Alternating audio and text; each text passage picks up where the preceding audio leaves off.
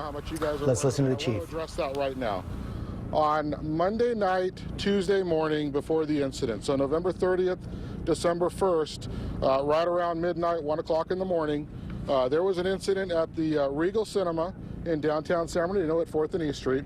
And what that case was is that a gentleman that was described as appearing to be Middle Eastern came up and spoke to the security guard around the time the theater was closing. And he was asking the security guard some questions about the movies and times and things like that. But the security guard kind of thought that it was odd. That person ultimately left in a silver Volvo four-door vehicle, 2012, 2013. We do not have a plate. The security guard thought it was weird. Shortly thereafter, the security guard then noticed a red late 90s Dodge Durango driving around the area with another person that was possibly Middle Eastern in appearance that appeared to be taking some photographs in and around the theater. So the security guard took it upon himself, notified our police department. We've gone out that day or that night, we took a report and we put that out in a bolo to every law enforcement every law enforcement agency in the county as just simply some suspicious circumstances that were noted.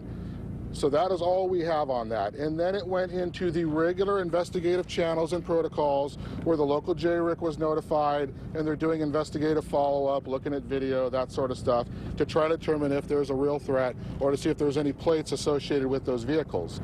At this point, we have zero connection or zero evidence or information that connects that event with what happened here at the Inland Regional Center on Wednesday morning. So I want to make that clear. But as a result of what happened on Wednesday, the San Bernardino Police Department has been basically in a tactical alert type situation, meaning that we have every officer in the department working. We are on 12-hour shifts, so it's a 12 on, 12 off for all of our officers. We'll maintain that until we think it's appropriate to stand down. We don't have any credible information to indicate that there is a threat to this region right now. But I wanted to address that because of some things that came out to imply that we were hiding information. We are not hiding information from anybody, okay? And then lastly, what I want to do right now is this is going to be an official transfer of this investigation in terms of information and how information is going to flow on this to the FBI. We certainly talked a lot about what that partnership is. I want to make it clear that our agency, the Sheriff's Department, the FBI, and the other federal agencies that are involved in this investigation continue to walk shoulder to shoulder in this investigation to make sure that we are doing the best job that we can. But in terms of information regarding the investigation on this incident at the Inland Regional Center, the home in Redlands, the search warrants that have been done, the officer-involved shooting that occurred as a result of this. This is an FBI investigation. They will be the lead on information regarding that. Myself and Sheriff McMahon will still be the lead talking about local safety measures and security. So with that, I'm going to turn it over to the Assistant Director in charge of the FBI, Dave Bowditch. Thank you, Chief. Good morning, everyone. First off, I want to stress again to the families of the victims, to the friends of the victims. Let's remember they are first in this scenario.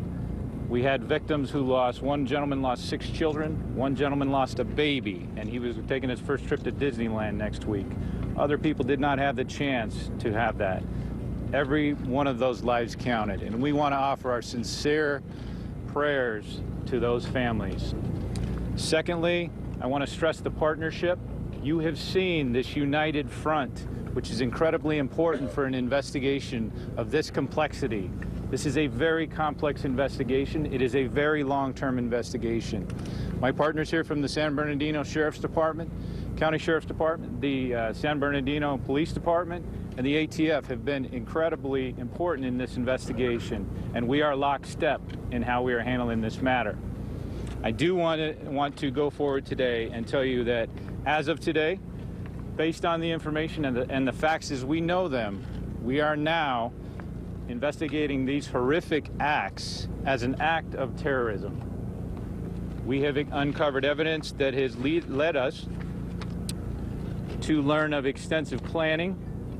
Obviously, we've uncovered evidence of explosive, multiple armaments. You know that. You know the ammunition that was out there, the high-powered weapons. the explosive devices. We are continuing to go down the path to ensure that we find all of the evidence that pertains to this matter. We have also uncovered evidence that these subjects they attempted to destroy their digital fingerprints. For example, we found 2 cell phones in a nearby trash can. Those cell phones were actually crushed. We have retained those cell phones, and we do continue to exploit the data from those cell phones. We do hope that the digital fingerprints that were left by these 2 individuals will take us towards their motivation. That evidence is incredibly important. I want to ensure that everyone understands that just because the FBI has now taken the leadership based on the trajectory of this case, we're not just taking this on our own. We are going to continue down the same path we have been, which is a lockstep operation with these partners. That is important. They are the protectors of this community. We have the mandate to investigate terrorism to its fullest extent. We are working hand in hand with our other federal, local, and state partners. We are also working hand in hand with our foreign counterparts to ensure that we find any connections that pertain to this matter. Next, I'd like to introduce to you that we have established a national task force line, a national hotline that I would like to invite the public to call if they have any information that pertains to this. Now, I would ask the public to please be judicious and make sure that even though if it's small, send it to us. Please do not send us things that are obviously not pertinent to this matter, because we've got a lot of work to do in the future. But if you think in any form or fashion what you have to offer pertains to this matter, please call us and give us that information. It's important. That number is 1-800-CALL-FBI or 1-800-225-5324. Once you reach that number, you can choose option 4, and that will take you to where you need to be in that call tree.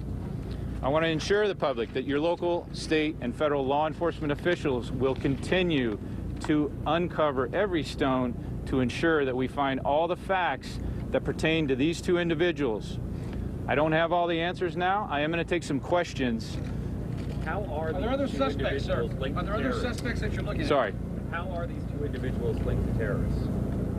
We don't know all those answers yet. But can you give us an example of some? Now, it's widely been reported some of the links to terrorism. I'm from CBS News. We've confirmed it with our own law enforcement sources. Communication with people who've been watched here in the U.S. Communication with people overseas.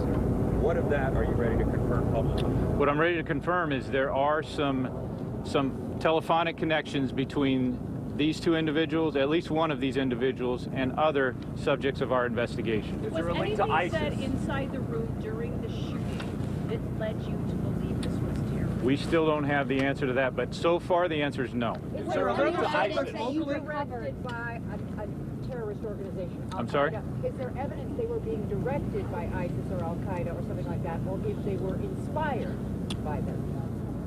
I don't have the answer to any direction. Were they inspired? We do not yet know the answer.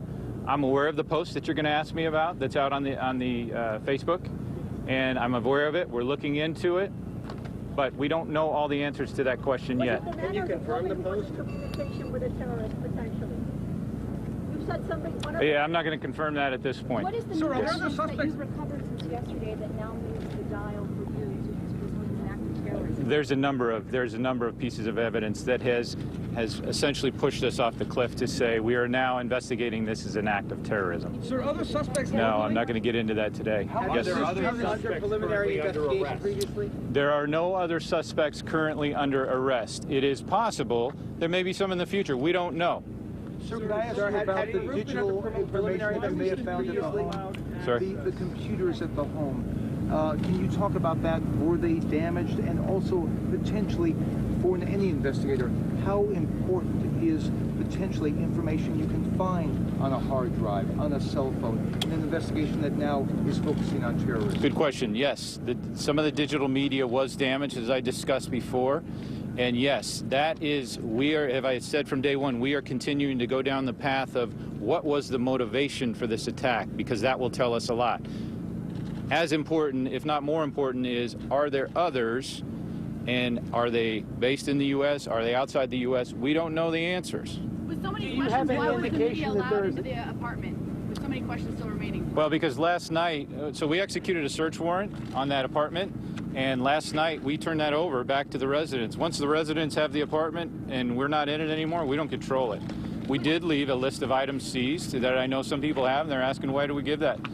We have to give that out by law. We leave, anytime we execute a lawful search warrant, we have to leave for the residents a list that lists all the items seized during that search warrant. With all the Yes, ammunition ma'am. that they had, with all the ammunition that they had on them, do you believe they were planning a second attack somewhere? I don't want to speculate. It's certainly a possibility that we are looking at. Sir, you believe that this was... Where did they get their orders from? Or were they acting independently just with the idea that they were doing this for ISIS? That goes back to the direction question I took earlier. We do not know that, but we are looking very carefully into that. So do you believe that a big part of this? Do I believe travel was a big part of this? The overseas travel that he did, a big part of this? I don't know. He traveled overseas in 2013. Any kind of money angle where the money came from for this? Remember, folks, we're in day 3. We're in day 3, and we're barely 2 full days into this. So we'll get there. We're not there yet. Remember, all these resources you see back here, that's why we're utilizing all of those in partnership to try to find every piece of evidence that's out there, from digital media, which should lead us, hopefully, to motivation, to connections via phone, emails, anything like that, to human intelligence that may give us some. That's where we're going, but that takes time. That's not a 3-day process. Yes, ma'am. Where were the cell phones that you found that they tried to destroy? I was told they were in a nearby trash can. They were found by our investigators. Is there any indication, someone asked if this, was there a secondary target? Do you believe that this may have not initially been a target? Have you moved forward on the thought process about this? We don't know. And that's what we hope to build is a working theory, and then ultimately some sort of a design of what we believe they were going to do. But again, day 3, we just don't know. December 7th is Monday. Do we have any Pardon me? reason to believe? Does this seem to you, are you moving toward the idea that this is a case of self-radicalization? We don't know yet. It's certainly a possibility, but we do not know yet. The ISIS videos, any indication that they were looking at that, or is reports of that? We are still exploiting the data. I've not seen it yet. We're still exploiting that, and that will take time. But I truly believe that's going to be the potential golden nuggets, but we just don't know yet. December 7th is Monday. Do we have any information that there may have been something planned for that particular day, and for some reason it got moved up? December 7th, you said? Yes. Yes, I don't know any reason it was on that day. Remember, there was a Christmas party that took place inside that room. So you had a lot of people, you had a lot of management, you had a lot of people and employees in that room at that point. Dave, have you looked under preliminary investigation, some of the preliminary look by any terrorist deterrence agencies like the FBI, JTF, in connection with any prior cases? And if so, what was the result of that? Was he under active surveillance or not under surveillance? He was not under active surveillance. I am not aware, and I do not believe there was any type of an investigation pending on him. Did his name come up in connection with the preliminary probe? I'm thinking similar to the Boston bombing and the Tsarnaev. Yes, and I don't have any information that indicates that, no. Has anyone been Concerned about the press being inside the apartment today? There was a man there who became a law enforcement officer who took the landlord away and said he did not in fact have permission to let people enter the apartment. The apartment was reboarded up a short time ago. Do you have any concerns about that being entered, even though you're saying you had wrapped up there? You're going to have to repeat that. I'm Do you sorry. have any concerns about the press entering the townhome this morning, even though you're saying you had completed your investigation there? Once we turn that location back over to the occupants of that residence, or once we board it up, anyone who goes in at that point, that's got nothing to do with us. So you say this is an act of terrorism. Does this mean this is the first time, if you conclude that it's ISIS, this is the first time ISIS has attacked America? I think you're taking a leap. We're not there. What I am confirming is that we are currently investigating this case as an act of terrorism. What is communication with people in this country or people foreign? Sorry? Were they in telephonic communication with people here in the U.S. or elsewhere? We know they were in telephonic conversations with people here in the U.S. I am not aware of all the overseas connections yet. We're working with our foreign partners on that. I can only hear one at a time, guys. The family and their lawyers question the veracity of the terrorist connection. Is there anything there? What do you have to say to that? They question the veracity of their locations. Okay, so yes, yeah, good question. Yesterday, I said to you, the FBI is an organization that is apolitical. We are a fact-finding organization, and we deal in facts. I don't have all those facts yet, so I don't know the answer to the question you just asked me. Can you tell us about the ISIS has claimed responsibility? Do you have anything on this? Not unusual that they would. Website, the AMOC, that's their official website where they post all their videos. They've claimed responsibility. I'm not surprised. I've not heard of that yet, but I'm not surprised if they would claim. Maybe they did, maybe they didn't. But again, it only helps them to be able to attach themselves to an act like this. I don't know the answer. Is someone detained that gave them the rifles? There is a person of, we don't know, okay, let me go back on that one.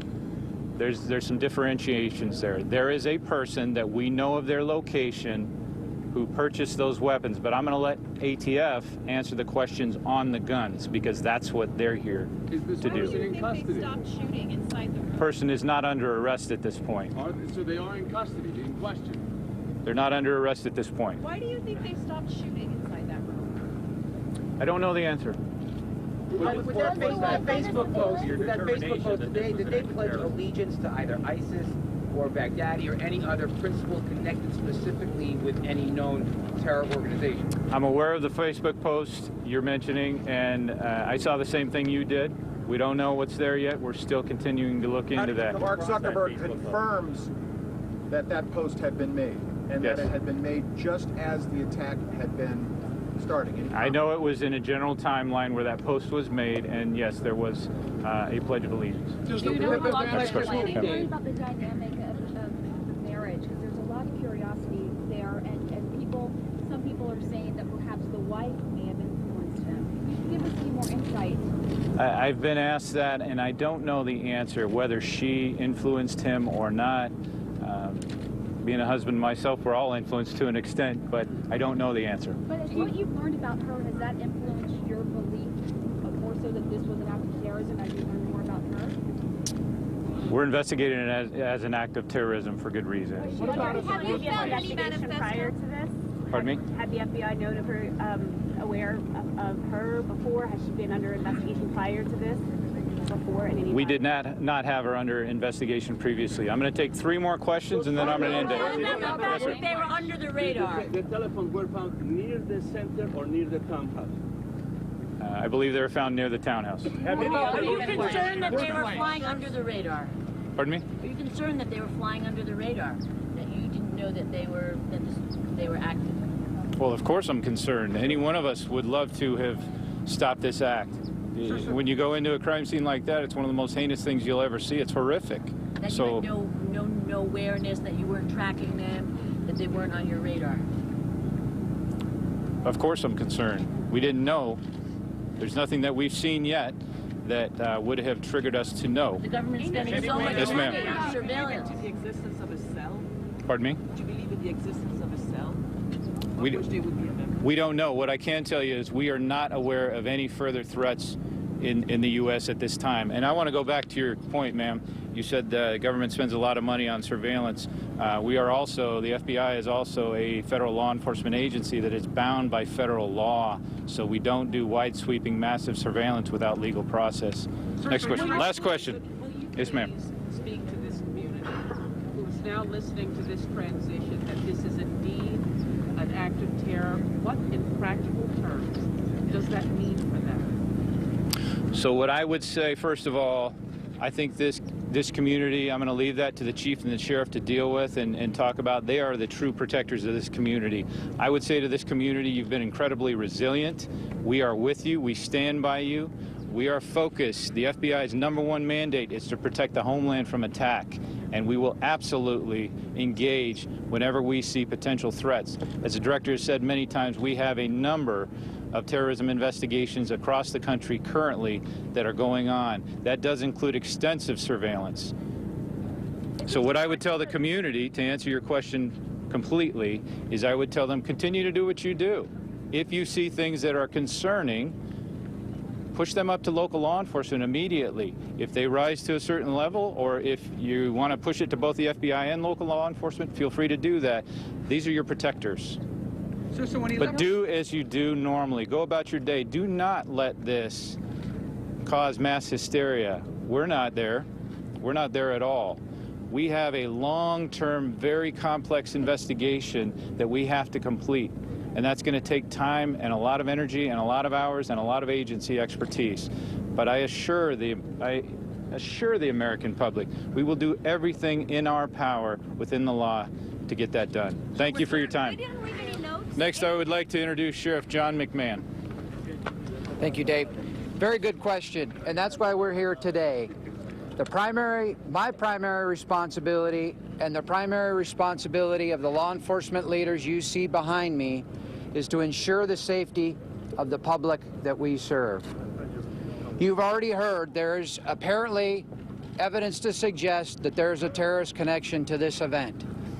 We have no known credible threats to the communities that we serve. I would ask that the community remain vigilant.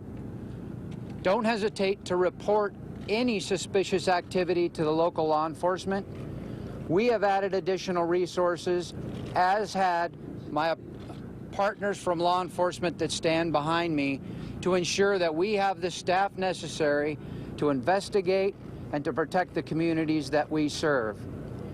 We have nothing to suggest there's anything additional associated with this event, but we remain partnered up with the law enforcement from the FBI, ATF, Homeland Security, and that if any threats come about that appear to be credible or not, we will fully investigate those to help ensure that the public that we serve is absolutely safe. I will echo what Dave Bowditch suggested, that this is a team effort. We all have to work together as a team to address situations of this magnitude. We remain committed to working with the FBI, our local partners, as well as our federal partners, to ensure that the resources that are needed are applied to make sure we investigate everything possible and keep the citizens that we serve safe. Thank you. Sheriff, isn't the concern, though, that there was no credible threat or known credible threat in advance, and then this occurred, and so now we're back to an environment where there's no known credible threat, and could San Bernardino or any other town in the country be facing the same kind of thing happening an hour from now? Certainly that's the possibility, but crimes across our county and across our state oftentimes occur without any notice. You saw how the men and women of this law enforcement agency, as well as the partners that we work with in our region, performed 2 days ago. Considering how they performed and addressed the issue, I truly believe that we are prepared to deal with whatever threat or incident occurs. Law enforcement is staffed up, as I suggested. Our local law enforcement leaders remain in constant contact with one another. And as I suggested, my top priority, as well as those that stand behind me, is the safety of the public that we serve. Thank you.